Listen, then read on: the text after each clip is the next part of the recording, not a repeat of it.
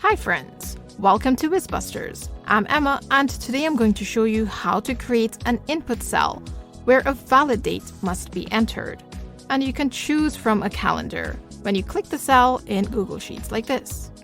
Before we begin, be sure to like and subscribe to the channel and click the bell to get notified of the latest videos out. The first step to add an input cell which allows a valid date is to select the cells you want as input. So let's select cells F2 to F1000. Click Data, Data Validation, then a dialog box comes up.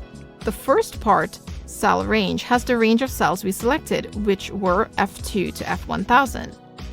Below this is Criteria, and here is a drop-down menu which has different options including List from a range, List of items, Number, Text, Date, Custom Formula is, and Tick box. Choose the option Date.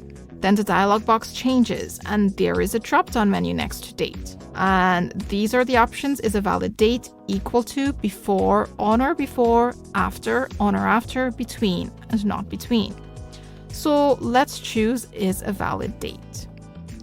Below this states on invalid data, and there are two options from which you can choose: show warning and reject input.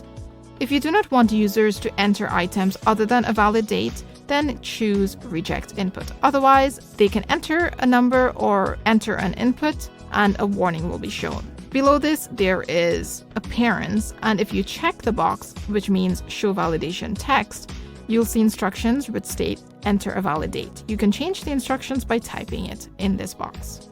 Click Save. Let's scroll to the top. There does not seem to have any apparent change to cells visually, but if you double click it, let's double click here, you can see there's a calendar.